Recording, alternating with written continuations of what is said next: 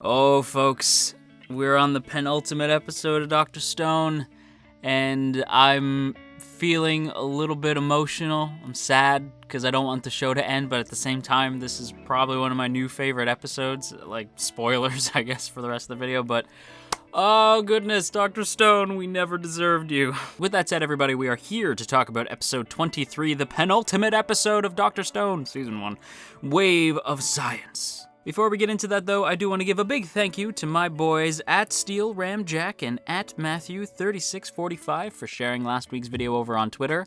And if you too would like to have your name shouted out in next week's finale, Dr. Stone finale, hurts my soul to say that, then be sure to share this video around on the internet and then tag me at JoJo Talks Too Much over on Twitter, and I will be sure to shout your name out in next week's Dr. Stone finale. So I adored this episode, almost start to finish, honestly. It's likely one of my new favorite episodes in the entire run of the show. I shouldn't say that. The Byakuya stuff is friggin' amazing. But this episode, it's special in a lot of different ways. And I think what makes it so impactful is the fact that this is Senku sort of stepping back a little bit. He's still on top of things. He is still the village leader. But he's delegating, right? And he's putting his faith in Ishigami Village and letting them know, like, I took you this far, but you took every step along with me. And I'm stepping back now, and I'm trusting you guys to do what needs to be done. Like that scene with him and Chrome is so impactful. Like, because Chrome's been his Luigi to his Mario, you know, for this entire time. Chrome has been his sidekick, his right hand, his partner in science, you know, his fellow science user, and the two have been so close this entire, like, since Ishigami Village became a setting in the series, they've been really close. And the fact that Senku is like, I gotta do something else on the side, so I'm trusting you to take things from here. Just use everything, every little trick of science that you have learned up until this point. I'm trusting you.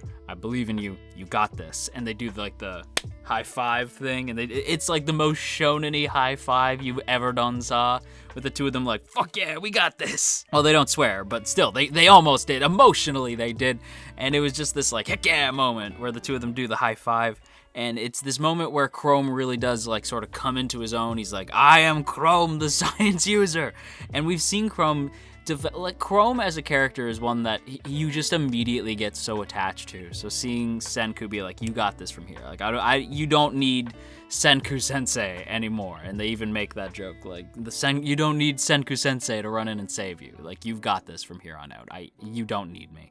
And what I appreciate about that is it's almost moving. The idea that Senku has become such a integral part of Ishigami Village, being the leader has actually helped the village in many different ways. And it's funny because Kohaku's dad, the former elder of the former village chief, even he admires Senku's work and straight up says, like, I didn't make a mistake naming you the new chief. Like, with you in charge, Ishigami Village has a chance against Tsukasa, and we're better having you here. And it was such like this moment of like, because the former chief was so against the Kingdom of Science, so against Senku from the jump. So to see these moments of these characters, like everything falling in line from, yeah, like the village elder, like kind of agreeing that Senku is the better chief right now in this moment, and that seeing Magma step up, like ready to help with the tungsten filament and all that.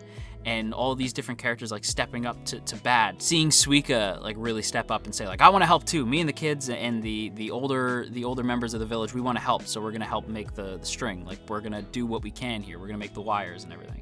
And the fact that Senku even is smart enough to be like, we need coal so that we can have like a heated room so that they don't have to freeze to death outside. And it's these little moments, right, where Senku will think of something, the village will act on it, and they're all starting to function as a group, you know, like they're really, like the village is really starting to come alive in a big bad way. And it all started with Chrome meeting Senku. It all started with Senku arriving there, and since then they've been able to grow to such a point that at times they don't even really need Senku to tell them what to do. They just know what to do instinctively. Like, Senku essentially helped raise Ishigami Village up to be the kingdom of science, and it's just such a beautiful scene, such a beautiful episode. And I gotta say, like, seeing the squad tactics when they actually work together to make the tungsten filament and it actually works, it was such this moment of like, yes, we're nearly there. And then you get that moment with the Hickman pump where they show Old Man Kaseki what they need him to make. And Old Man, could we take a minute to praise Old Man Kaseki? Because he is just, oh, Old Man Kaseki is just he's my favorite character. For some reason, it's always the older characters that I just love to pieces, and Old Man Kaseki is so great in this week's episode.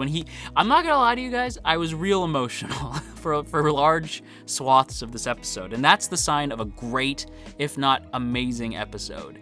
If the whole episode has you feeling some kind of way, even if it's like different emotions, a single emotion, if an episode can have you really feeling something that entire time, that says something about the quality of not just the show, but that particular episode.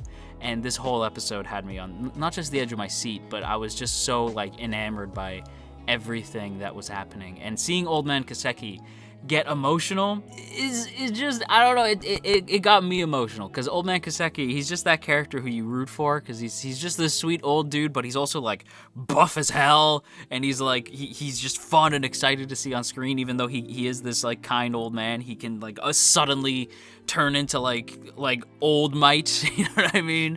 And he just has a way of charming the viewer. And that moment where he says, like, to Chrome and Senku that he wishes that he had a helper, like a maker buddy, because he's always been somebody who was like a tinkerer. He always made stuff, but it was always him alone. He never really had anybody else. And Chrome's like, what are you talking about? You have two friends. And Kaseki's like, what are you talking about? Where are my two friends? I don't have friends. And Chrome and Senku are just sort of like looking at him like he's crazy, and they're like, us, you dinkus. I just used the word dinkus. But anyway, it's them saying like, it's us. We're friends. And he's like, but I'm 50 years older than you guys. And they're like, yeah, and that matters? What are you talking about? And to see him get so like moved by that, it just made me so happy. Old Man Kaseki is my favorite character in the show. I love Old Man Kaseki. And seeing him get so excited, and he even like asks to get a high five as well. You know, he's like, can I do the thing that you did with Chrome? You know, like the maker buddy thing. And Senku immediately is like, oh, okay, I got you. And they do like the high five, and you're like, yeah, fuck yeah. Again, another, they don't swear, but again, emotionally, you felt it. And even Suika's just like, I'm jealous, I want one of those too. So Senku's like, oh my god, like, am I gonna have to high five everybody in this village? My goodness, it's just such good stuff. And can I say, I don't know if I've specifically singled this man out yet, but I got to give credit to my boy Tatsuya Kato, possibly one of my favorite composers in the game. I really think that the Dr. Stone soundtrack is one of my favorite soundtracks of the entire year. Not my number one. I really don't know what my number one soundtrack of the entire year, like which show gets my award for like best OST of the year. But Dr. Stone is really high up there because Tatsuya Kato has always been one of my absolute favorites, like I said, in the game. He's the man responsible for the Free soundtrack, which I would argue is one of the best soundtracks of all time, not just in the years that it comes out in, but like all time. I love the Free soundtrack, and it's down to him. Like, he's the composer. And when you hear the Dr. Stone soundtrack, it either gets you really pumped up, really emotional, or it gets you ready to fight, or ready to do science, I should say.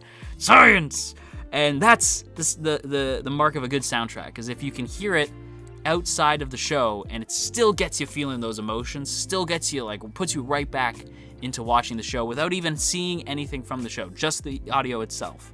I think Tatsuya Kato's soundtrack does that exceptionally well, and I don't know if I ever got the chance to properly shout the man out, because honestly his work is just like, I may have like a audio crush on the man, because just his work is absolutely fantastic. And anytime that he works on a show, I get excited to watch that show solely because his work is so great. So I had to take a moment to shout him out because unfortunately, I may not get the chance to do that again because we don't know for sure if Dr. Stone's getting a season 2. However, we do know that there is an announcement coming up for Dr. Stone. I believe the official Dr. Stone Twitter had tweeted out that there's a big announcement coming. And I only saw that through Chibi's Twitter. Chibi Reviews, by the way, the god king of seasonal anime. But I saw through his Twitter that there was some kind of Dr. Stone announcement from the official Twitter. So I was like, oh, okay. There's no shot it's not going to be season 2. Like, it would be really bizarre if there wasn't a season 2. I can't see the show not getting one. But at the same time, it is the wacky world of anime where great shows never get a second season. So I don't super know if I'll get the chance to once again shout this man's name out. So Tatsuya Kato's soundtrack for Dr. Stone is the fucking GOAT. We get a lot of good music in this week's episode, and by that I of course mean Gen's battery song, am I right? See Gen do the battery song? How awesome was that? It was hilarious, it was fun, very fitting within his character. No, that's not the song that everybody wants me to talk about. The song that got me all kinds of emotional was when all of a sudden you hear it. Ohio, Sekai, good morning world. I lost my shit. I was like, what the? When a show plays the OP during a show, it's hype. But when a show plays an older OP during an episode, it's, oh, you better believe I lost my mind. That is some A-S tier shonen tropes right there. When you play the original OP or a previous OP, or just the current OP. When an OP plays during the show, it is the hypest of hype moments. And my God, hearing Good Morning World play it was almost I'm gonna have to spoil the ending of Boy Meets World of all things, although everybody's seen Boy Meets World, and if you haven't, shame on you. But there's a line from the end where Corey says, like, Boy Meets World, now I get it. And the crowd laughs, but it's a poignant moment for Corey. And in that moment when Ohio, Sekai, good morning world, what happens, and you see everybody working together, and they finally make the cell phone. To me, it was I'm so stupid. I finally clued in why it's Good Morning World, because the world's been asleep for 3,000 years, and I knew that. I've always known that, but seeing it in this moment where it's like the world's waking up with the birth of cell phones, like we're reaching modernity again.